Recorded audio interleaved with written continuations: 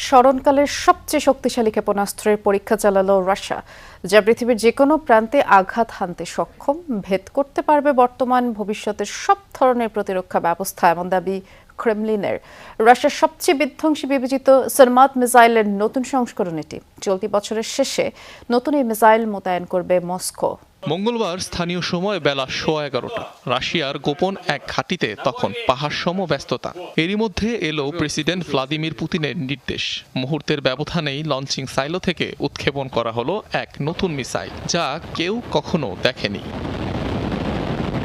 এটি রাশিয়ার আলোচিত ক্ষেপণাস্ত্র সারমাটের নতুন সংস্করণ। প্রায় 1.5 দশক ধরে অত্যন্ত শক্তিশালী মিসাইলটির বিকাশে কাজ করে যাচ্ছিল রাশিয়া, যা এবার সফল হয়েছে।